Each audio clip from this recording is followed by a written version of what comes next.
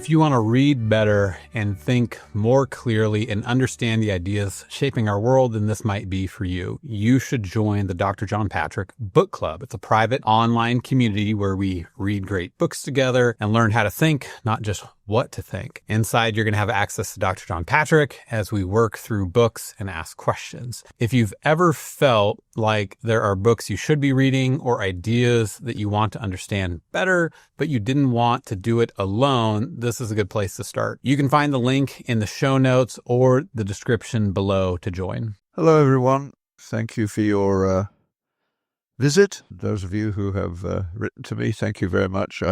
I am not like C.S. Lewis answering every letter he ever got, but it was possible in those days. When I last looked, there were about 800 things in the inbox. So you've got to have a serious purge and you might get lost, but I hope not. But anyway, nice to be with you again. And I want to talk a little bit about that aspect of life which the reductionists, instrumentalists and the like don't understand. The reason for this is that I got a book some time ago which I'd put down to read, and I only picked it up, in fact, this week. It's called Power, Pleasure and Profit by David Wootton. I previously talked about David Wootton in relationship to the practice of medicine. He wrote a very good book some years ago, How Medicine Worked, and I'm just trying to see if I can remember. Yeah, it's got a long title. Bad Medicine, Doctors Doing Harm Since Hippocrates. Intriguing book with one very interesting comment that I've used ever since. He pointed out in the book that it wasn't until the 1860s, with the arrival of Pasteur and Lister, that it actually became a good idea to go to the doctor if you wanted to live a little longer.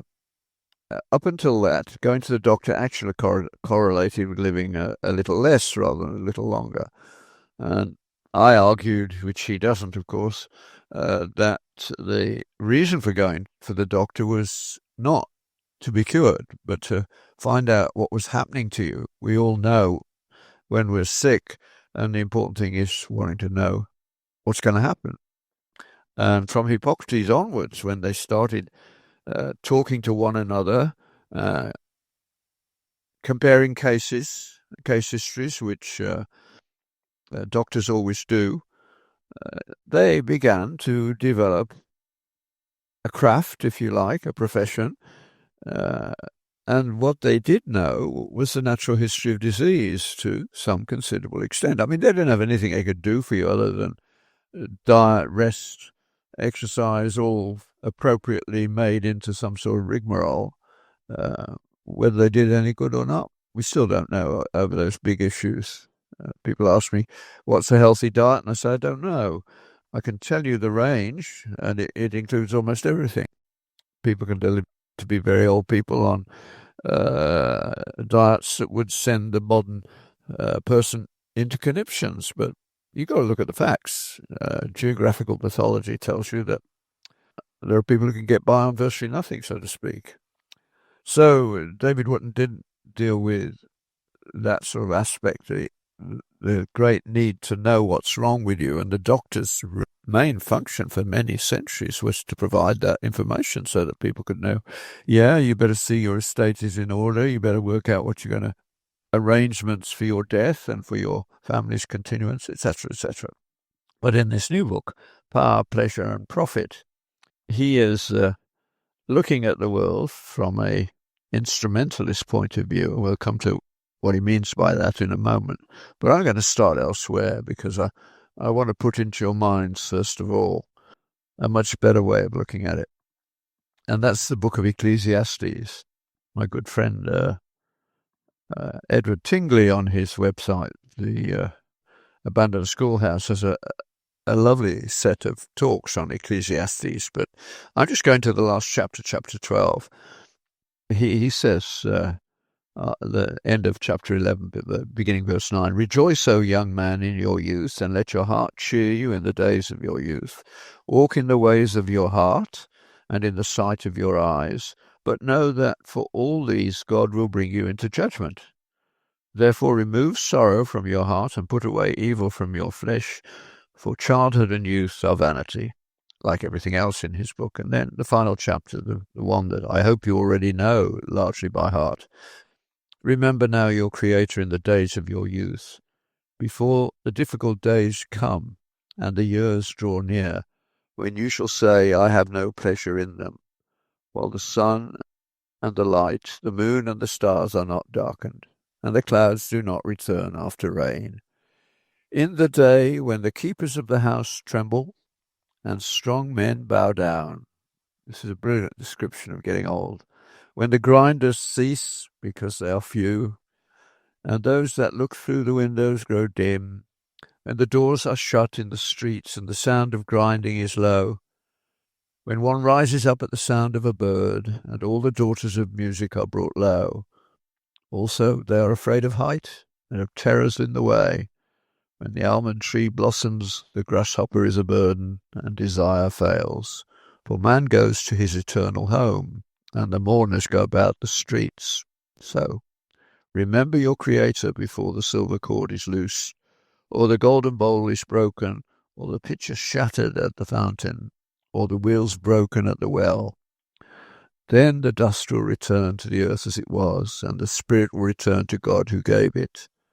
Vanity of vanities, says the preacher, all is vanity. And moreover, because the preacher was wise, he still taught people knowledge. Yes, he pondered and sought out and set in order many proverbs. The preacher sought to find acceptable words, and what was written was upright, words of truth. The words of the wise are like goads, and the words of scholars are like well-driven nails given by one shepherd. And further, my son, be admonished by these. For the making of many books there's no end, and much study is wearisome to the flesh.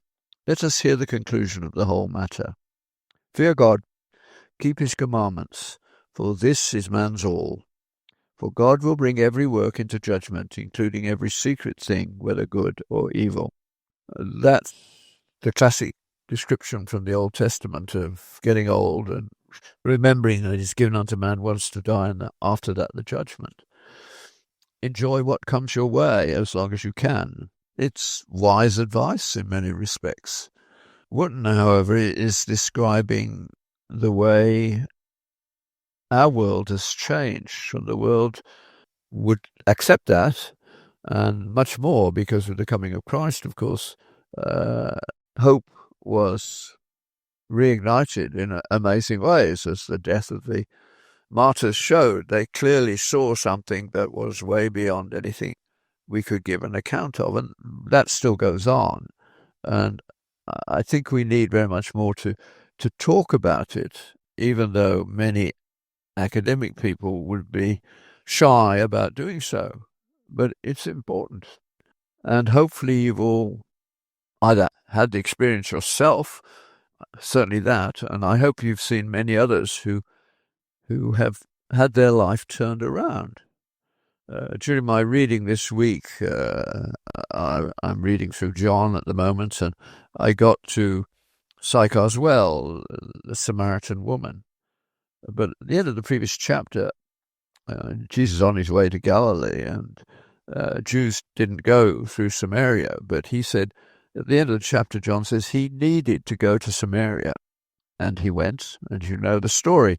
The local miscreant woman was drawing water in the middle of the day when no one else was there to get on her case, and Jesus was there too, and he asked for a drink, and she said, how come that you, a Jew, want to get a drink from a Samaritan woman? The Jews have no dealings with us. And he said, if you knew who was talking to you, you would be asking him for eternal water. And you know the rest of the story, or at least I hope you do. If not, if you don't, go and read it. And she left her water pot, went back into the village and told everybody, look, there's a man at the well who told me everything about myself. And they all came to see him because, there weren't too many exciting things happening, and this was one, and he ended up staying 2 days. And what came out of that in the long run, we don't know, but the story has been used many, many times. A life changed in moments. And it's the one aspect of Christianity that touches me emotionally. I can deal with Christians going through hard times and suffering and all that, and get on with what needs to be done most of the time. But grace, that puts me on my knees almost. I will tear up, because the eruption of God into someone's life is not explicable in the world of science.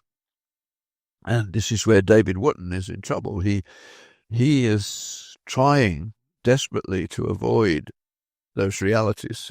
I'd love him to write a book about conversion and what's going on in that process, and to spend a good deal of time with Pascal. Pascal understood, of course. Hopefully, if you've got your quotation book to hand and it isn't in there, the heart has its reasons which reason knows not. We all have those experiences, I think. I hope, certainly all Christians should have them, but I think most non-Christians have them too. Falling in love is the classic one. It can be so quick. Maybe often it's only when you look back you say, oh my goodness, that was amazing. Certainly it was with me and Sally. That was instant for me. I'm not sure whether she's ever got around to thinking it was worth it, but that's the way the world is. But salvation. Now, again, I don't have an amazing conversion story. As a child, I grew up believing the Bible was true, and I've never ceased to believe that, because when I did develop critical faculties, with a good education, and I looked around, and the bottom line was I saw people who were uneducated who were utterly trustworthy. And I saw people coming from much better backgrounds who I wouldn't trust an inch. Trust is important. And people who grow up within a committed Christian environment, it will produce trust. Now, the problem is we're losing our way big time in that, because we have reduced our understanding of the world, which is where Power, Pleasure and Profit, Wootton's book, comes in. He is trying to understand our modern world. And now he doesn't talk about reductionism, which I talk about a lot. He talks about instrumentalism, which is a version of it, and rather worse, in my view, than reductionism, because many Christians have understood how to use reductionism properly.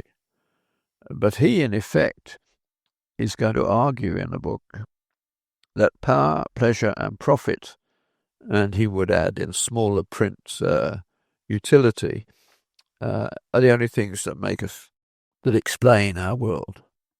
And of course, it's simply not true, but he does it brilliantly, so it's well worth reading, so that you begin to understand what you have to deal with people who, without thinking about the world around them, have been seduced into a way of looking at the world over the last 3-4 centuries that can't give them satisfaction.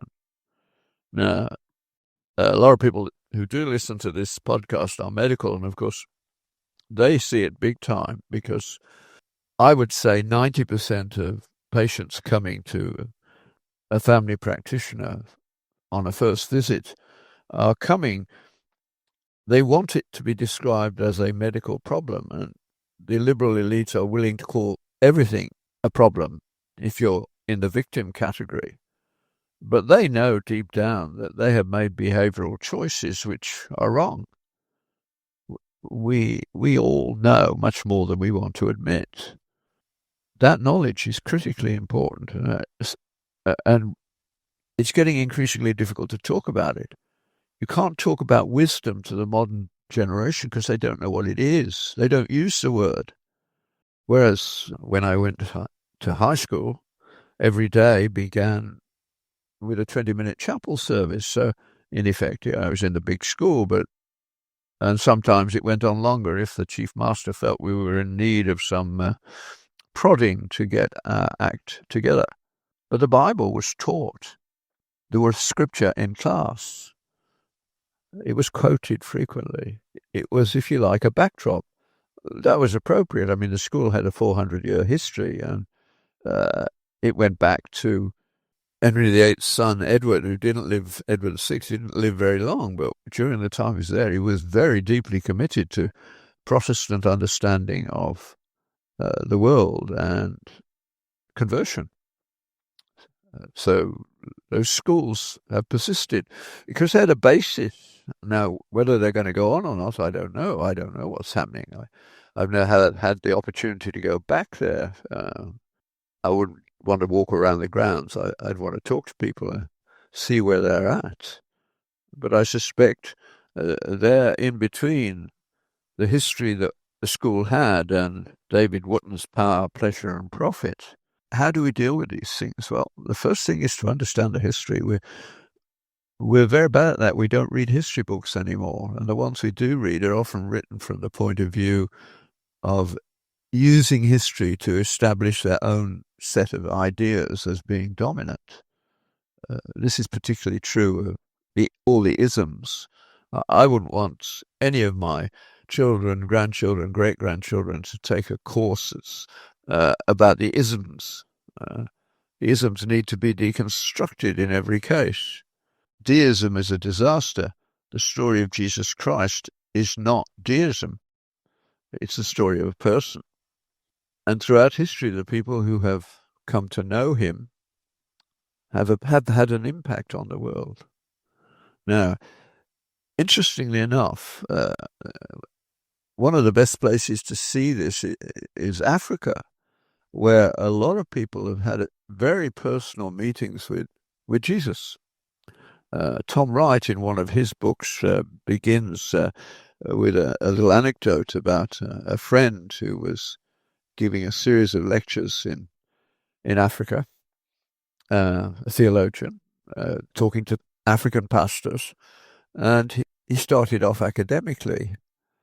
The world changed around the 17th century. I mean, it began before that, but David Wootton starts in different places than I would. I would start normally in the 13th century. He starts later than that with people like Hume and his ilk, right up to Bentham, the ultimate utilitarian. And he begins with a person I'd never heard of before, and I should have done, a man called Balaam Acquis. He was first published in French in 1747. And this is what he says about him. He says he was notionally a Calvinist, but he deliberately abstained from describing human self-love as a consequence of the fall, as a manifestation of original sin. On the contrary, he insisted that this is how God intended us to be, and to suggest that there is some defect in his workmanship would be to question divine benevolence, so he didn't do it. Balaamqui thus argued from natural reason, not from revelation, from deism, not theism. Some early writers of the tradition we will be exploring here, such as Pierre Bayle and Bernard Mandeville, deliberately masqueraded as Calvinists, and others such as Hobbes wanted to exploit the overlap between the selfishness principle and Augustine theology, whether Catholic or Protestant. But Augustinian theologians never hesitated to denounce such arguments as heretical, as indeed they were, whether they were presented by authors such as Dolbeck and Hume, who were deeply critical not just of Christianity, but of belief in divine providence, or by authors such as Balaamqui, Adam Smith, and much of the time Voltaire, who insist on some form of providential design. So that what Balaamqui wanted us to say is everything is a matter of cost-benefit analysis. This is worse than scientific reductionism. Everything else really doesn't matter. At the end of the day, it's just cost-benefit analysis. He started with accountancy.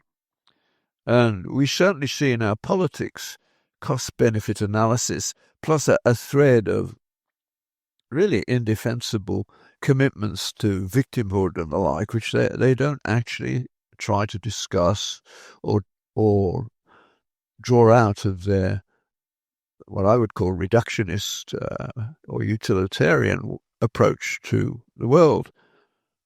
And if we continue to have politicians who only think in instrumental or reductionist terms, we are in deep trouble. Because the great things that happened in our world came from people who didn't see the world that way. The early scientists who fortunately were funded as people, not as projects, most of them were Christian. The universities were a Christian invention, and they intended that what they were doing would help us to have a deeper understanding of God, not a dismissal of God, which the liberal elite bought into via the Enlightenment / Endarkenment, Freud and the like. You would think, given what's happened in the last 100 years, that people would not be hanging on to them, but they are. They don't want to rethink. And we have to become capable of showing them that they are wrong. Now, medicine and the biological sciences, particularly molecular biology, are certainly one place to start rather than double-entry bookkeeping, which is what our rulers started with if they did but know it, and they don't. DNA is an extraordinary molecule. John Lennox calls it the longest word in the world, but I have a little hesitancy with that because it's not the longest sentence in the world. There's multiple sentences if you like, but even to make a single protein, you need roughly 1,000 of those 4 bases in the right order, every 3 giving an order or an amino acid. The probability of even that happening by chance is negligible. When you add into it overwriting so that you can start in different places and have overlapping messages which create useful products, the probability of that happening by chance is 0. It couldn't happen. If it's going to be chance, there's got to be something before that, which was a very big chance that produced some very amazing, unchance-likely things. That's the world we live in, and we need to push that.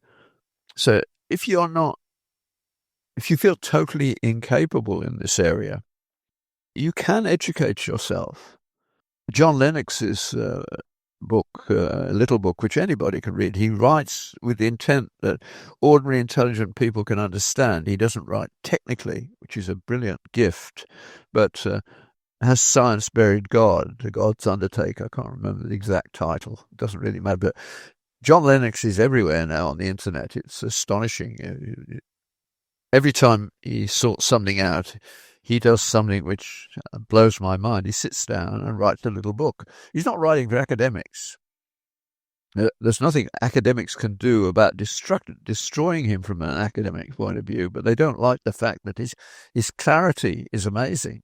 So he is a good person to start with. And if you had James Tour, who's a good friend of his, and then the people from the Discovery Institute, particularly Stephen Meyer, you can learn those arguments and learn to talk about them in terms of narratives that people will respond to. Now, some of you can tune out for the next 50 seconds. I'm just going to repeat a story that I repeat every now and again because I want people to use it because I know it works. And that was the turning point for me in realizing how you can have an impact that you didn't think was possible. I was in Cuba. I've been to Cuba many times. And I met the head of the Department of Marxism and Leninism in the local university where the conference was going on. And he wanted me to debate him on the nature of ethics because he was smart. I mean, he'd been living under Marxism for a long while, and he was he was proud of what Cuba had done, and not without some reason. I mean, Cuba was basically run by the mafia before Castro came along, and then it was turned into later on by Marxism, which was out of the frying pan into the fire. And he realized that when Russia collapsed, it was collapsing because of moral vacuum at the heart of its being. They had taken away any reason to trust anyone else, and they had no real sense of what good and evil were. And he stopped teaching Marxism and Leninism because he realized that Russia was not going to be buying Cuba's sugar because they're not going to have the money to do it. They were certainly going to use the money for their own projects first, and Cuba was lost. They'd talk nice words, but Cuba was going to have a hard time. So he started teaching ethics, multicultural ethics, which doesn't actually exist. It's a nostrum of the liberal elite. And he was smart enough to realize that. He said, I stopped teaching Marxism and tried teaching multicultural ethics, but the students went to sleep. And the reason I've come to see you is they tell me they don't go to sleep when you teach ethics, and that you say that without transcendence, without some power that gives us our ideas of right and wrong, we cannot have justice, we cannot have the societies. We have no basis for the societies we all want, which are fair and honest, reward hard work. We all actually want that. And that's what that comes in. Pascal's, the heart has its reasons. It looks at the world and says, that's good. We're delighted when small children do kind things. Whereas if you're a reductionist, you should say, well, there's no interest in that for you. You should be getting all the toys for yourself. Nobody wants that. We're incoherent at this level. So he said, I know you're leaving this university tomorrow afternoon, so will you debate me on the nature of human ethics? Where does it come from? I want to learn the argument. And I had one evening to prepare, and I had various starts that would work, but I knew there was a better way, but I didn't know what it was. And it wasn't till I got to the lecture room, fortunately I had a Canadian-Colombian translator, and my mind went blank just before I was supposed to speak, and then just one sentence, this message assembled itself.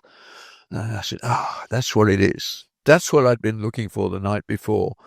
I knew it existed. I could see exactly where I was going from that point on. That was the key that opened the box, so to speak.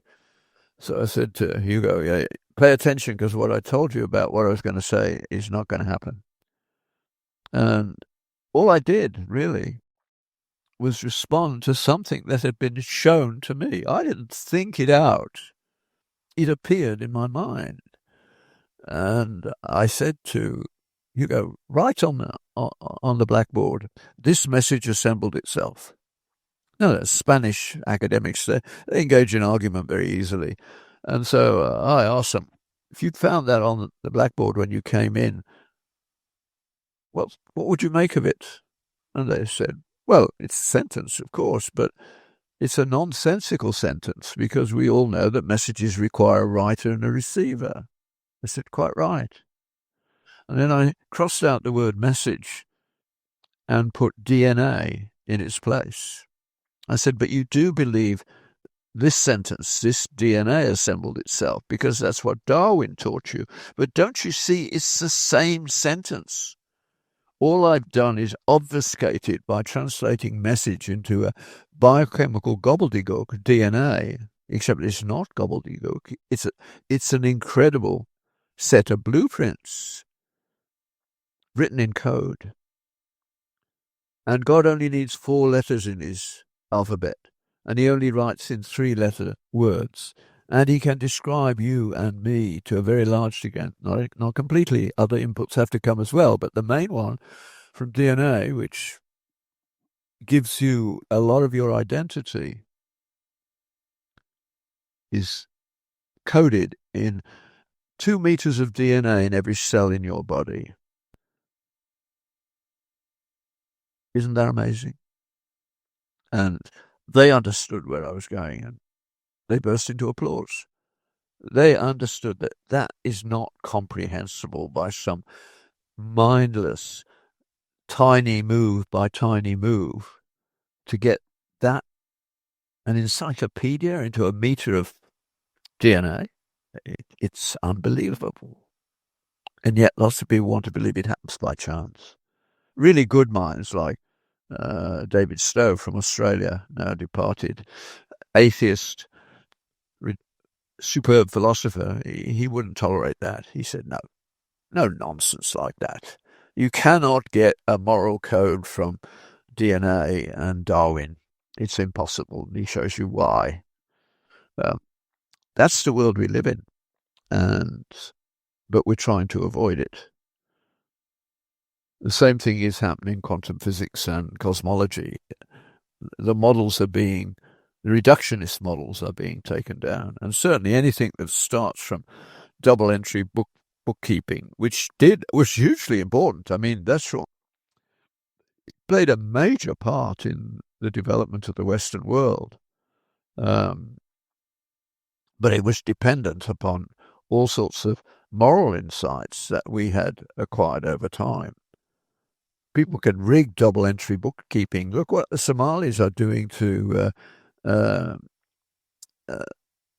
how they've manipulated the American system to their own immediate benefit. And you shouldn't be surprised by that. Pagan tribal societies always put loyalty to the group over anything else. Now, our world didn't do that. At the heart of banking, if it's going to work, is trust. And people who break that trust used to resign. Now they don't. And that's why we're in trouble. We've lost the transcendent source of reality. If there is no judgment, then you can do whatever you can get away with. And that produces the nonsenses of Somalis in Minnesota and elsewhere, and in our own governments. I mean, the amount of corruption going on around the world. And, of course, corruption will be greater in those parts of the world that didn't have a story of the fall, which is essential, and didn't have a story of redemption. But the story of redemption in the Western world took 1,000 years, more than 1,000 years, to mature into the point where it could support a banking system. I mean, Africa, ordinary Africans have no source of credit.